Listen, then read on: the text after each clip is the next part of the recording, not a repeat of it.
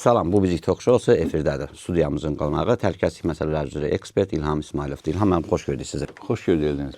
Son zamanlar dünyada nəsə baş verir, söhbət İran proseslərindən gedir. Amerikanın bugün yürütdüyü siyasətə baxanda elə bir dəcəl uşaq oyuncaqları qırır dağıdır. Bu oyuncaqlar nə vaxta qədər qırıb dağılacaq?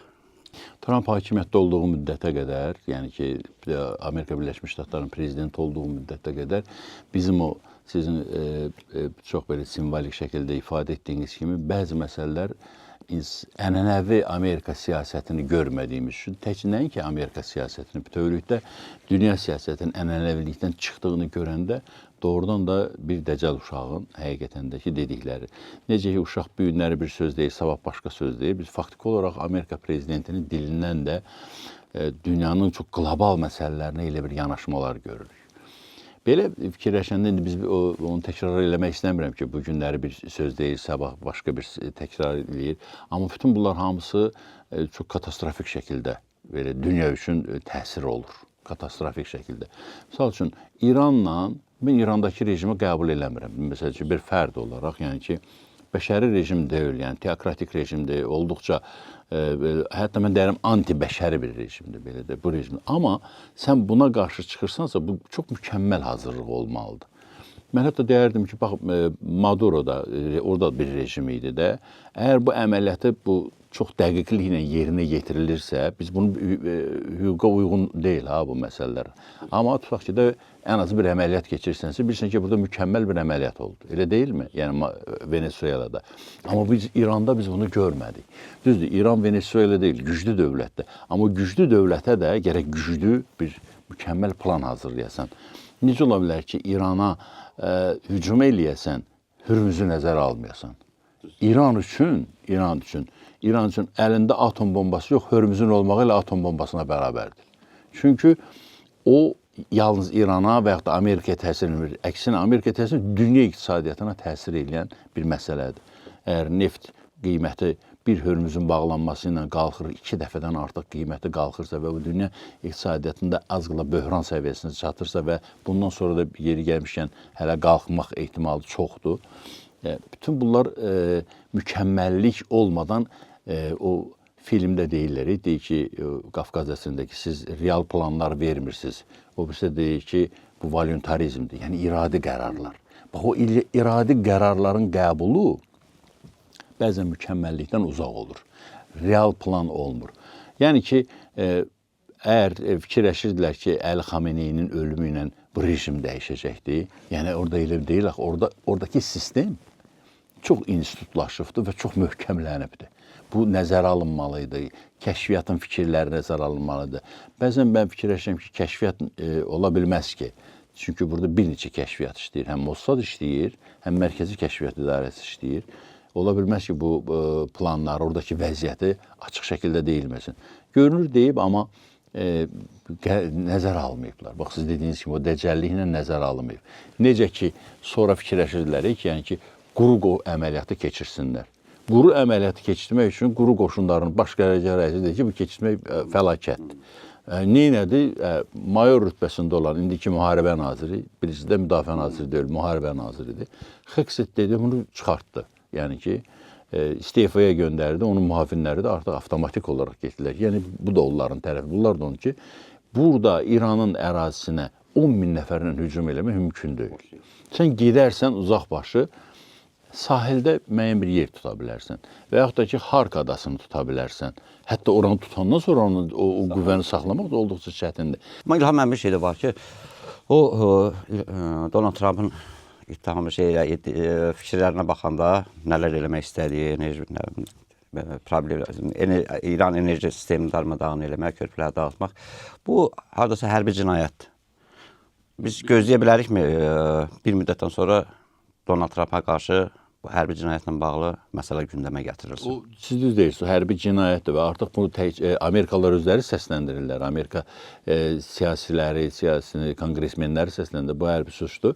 Amma Trump'ın da bir bəhanəsi nədir? Bəhanə deyil, ümumiyyətlə əvvəldən elə o məsələ idi. İranın atom bombası əldə etməsi və onu artıq elan etməsi ki, İsraili yer üzündən siləcəm, əsl böyük cinayət, dünyaya qarşı cinayət budur. Və onu əsas gətirərək deyir ki, mən bu işləri görürəm.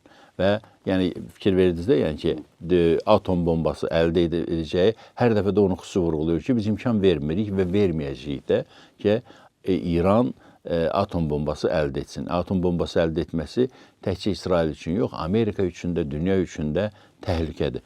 Bunu deyir. Yəni ki, amma onun çağırışları da, deyim tərzi də, elə onun bir ifadəsi var ki, layiq olduqları daş devrinə qaytaracağım. Hansı bir rejim olmağından asılı olmayaraq, yəni tutaq ki, Şimali Koreya kimi bir rejim olan dövlətə bu ifadəni işlətmək düzgün deyil. Çünki o bir nəfərə aid deyil, o rejimin sahibinə aid deyil. Bu bütöv bir xalqa aid olur. İranda çox neçə min illik tarixi olan, belə deyək ki, həm siyasi, həm mədəni şəkildə inkişaf eləmiş zamanında dünyaya bir təsirləri olan bir dövlət olubdur. Bu, hətta belə gənc lap dövlət olsun. Mən o günləri bir verilişdə də dedim, tutaq ki, lap Afrika cəngəlliklərindən yeni çıxmış bir dövlət olsun. Bu dövlətin özünü də ona qarşı o cür ifadə eləmək düzgün deyil. Sadəcə olaraq bilirsiniz necədir? Fikirləşirsən ki, bəlkə də dünyanın belə deyək ki, təhlükəsi ola biləcək bir sıra məsələlər, dövlətlər var ki, tutaq ki, Venezueladır, sabah Kuba olacaqdır, hədəfində indi İrandır, perspektivdə bəlkə Şimali Koreya olacaq.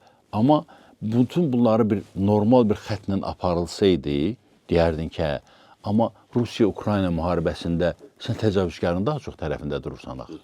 Nəinki Ukraynanın tərəfində. Bax, bu təzad imkan vermir ki, sonra da Trump'ı hardasa belə də müəyyən mənada müdafiə eləyəsən ki, bax, gördüyünüz kimi bunlar antidemokratik, antibəşəri rejimlərə qarşı Trump mübarizə aparır. Necə mübarizə aparırsan ki, sən Putini sevəliyirsən, loyal yanaşırsan, tərifləyirsən, Qrenlandiyanı tutmaq istəyirsən, özün artıq bir təcavüzkar obrazı yaradırsan özün üçün də. Ona görə də bax, bu təzadlar hamısı siz deyən kimi o heç cür mümkün deyil ki, sona qədər Trump'ın tərəfində dayanasın. İlham, bir şey də ortaya çıxır ki, illər boyu ərəb ölkələri Amerikaya milyardlarla pul verdi təhlükəsizliyini təmin etmək üçün. Amma bu İran hadisələrində aydın oldu ki, Amerikanın elə bir niyyəti yoxdur, nə ərəb ölkələrini müdafiə etmək fikrindədir, öz maraqları onun üçün daha vacibdir. Belə demək olarmı ki, bu proseslər yekunlaşandan sonra Amerika bu bölgədə mövqelərini tamamilə itirmək təhlükəsindən üzləşəcək və o mövqeləri İran hardasa götürəcək və bu Azərbaycana hansı formada təsir edəcək? Körfəz ölkələrində Amerikanın hərbi bazalarının olması bu Trump'a aid deyil də. Yəni ki, bu əvvəldən Amerika siyasətinin, yəni yaxın şərqdə, orta şərqdə, Körfəz ölkələrində xüsusilə hamısında olmasa da ən az 7 ölkədə müəyyən, lap sonuncu dəfə Irakı da tutanda məqsəd ondan ibarət idi. Amma burada o məsələ o şəkildə deyil ki, yəni ki, elə bir niyyəti yoxdur, qorumaq niyyəti yoxdur. Sadəcə olaraq onun imkanları məhduddur İranın hücumları qarşısında. Bu cür ballistik raketlərin belə də ki, xüsusilə də yaxın məsafədə bilirsiniz ki, Körfəzin bu üzündən bu üzə atılmaq məsələsində bir var ki, hava hücumundan müdafiə sistemi artıq əvvəldən bilir ki, hansısa sürətlə gəlir, bu sürətlə gəlir. Çox müəyyən, indi də müəyyən bir hissəsinin qarşısını ala bilir, amma əksəriyyətin qarşısını ala bilmir. Amerika Birləşmiş Ştatlarının imkanı olsaydı, yəni ki, hava hücumundan müdafiə sistemləri orada, birinci onsuz da Amerikanın öz bazaları vurulur. Hələ ilk növbədə, sonra digər infrastrukturlar vurulur, limanlar, hava limanları, gəmi limanı, tərsanələri, bütün bunlar hamısı istəyir, amma bacarmır. Ən yaxşısı göyə ki, İsrailin özündə idi də, İsraildə idi, dəmir qübbə. Onlar da çatdıra bilmirlər. Yəni ki, birdən-birə neçə raket və dron atanda artıq onun qarşısını almaq mümkün olmur. Bundan sonra nə olacaqdır? Bu siz deyən kimi ki, müharibə səhərləri qutardı. Körfəz ölkələri indidən bəri başdan deyirlər ki, müharibə elə qutarmalıdır ki, İran müəyyən bir mərhələdən sonra, müəyyən bir zamandan sonra Körfəz ölkələrini bir də hədəfə almasın. Yəni, İran burada hansısa bir şəkildə qalib kimi çıxsa, Qətərin belə də ki, rəhbərliyi açıq şəkildə dedi. Bizi 90 milyonluq İranla üzbəyüz qalırıq. Və bu bizim üçün olduqca çətin olacaqdır. Bu təkcə Qətər üçün belə deyil. Kiçik ölkələrdir də, Birləşmiş Ərəb Əmirliyi, Küveyt, Bəhreyn, elə Omanın hansısa belə münasibətlər olmağına baxmayaraq Omanın özü də.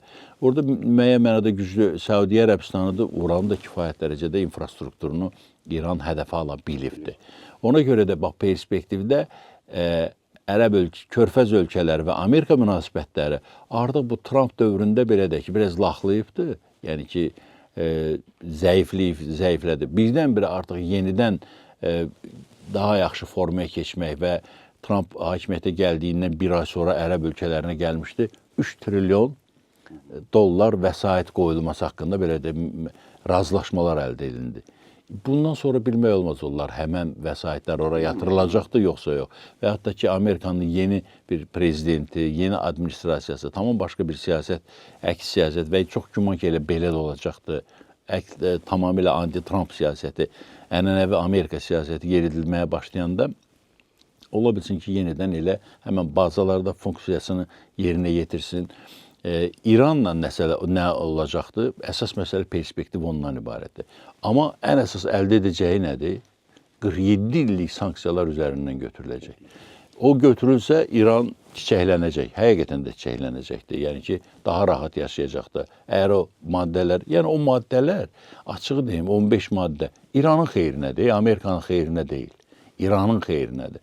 Hörmüzlə də bağlı olan məsələlər. Yaxşı, sən hörmüzlə irəli sürə bilərsən ki, buradan keçənlər Omana da, mənə də pul verməlidir.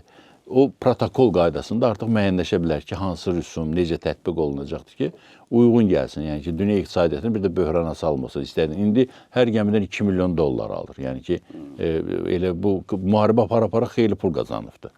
Əsas odur ki, müharibə dayansın. Müharibə uzandıqca vəziyyət bütün dünyaya təsir edir. Və biz də qonşu olduğumuza görə siz edirsiniz ki, qonşular hansısa bir şəkildə provokasiya çəkmək istəyirlər. Və Naxçıvana atılan dronların izahatını elə verir ki, bəqai, yəni ki, Xarici İşlər Nazirinin, sanki burada günah bizdə olubdur. Bizi xəbərdar eləyiblər bundan da. Yəni ki, bax, bu İranın bu cür provokasiyaları, bu cür məsələlərində bizə nə lazım ki, bizim yeganə dövlətlikdə ki, 2 müharibə aparan dövlət var, biri Rusiyadır, biri İrandır. Biz ikisi ilə də sərhədimiz var. Bir yeganə dövlət ya o barədə. Birinin hədəfində postsovet məkanlarıdır. O birisinin hədəfində qonşular və yaxın şərq bütövlükdəki, yəni ki, buradan qərb olmasın, ancaq bu olsun. Bu mənada bizim üçün də o təhlükə, necə deyirlər, belə başımızın üstündədir. Düzdür, biz bu indiyənə qədər, bax, bu qlobal güclərin bu cür silahlı qarşı durmasının fonunda Azərbaycan öz təhlükəsizliyini və sabitliyini qoruyub saxlaya bilirsə, hətta vətəndaşlarının təhlükəsizliyini qoruyub saxlayırsa, Azərbaycan diplomatiyasının eyni zamanda xüsusi xidmət orqanlarının fəaliyyətinin belə deyək ki, nəticəsidir. Mən belə hesab edirəm. Doğru, İlham müəllim, təşəkkürümüzü bildiririk. Bununla da verilişimiz sona çatdı.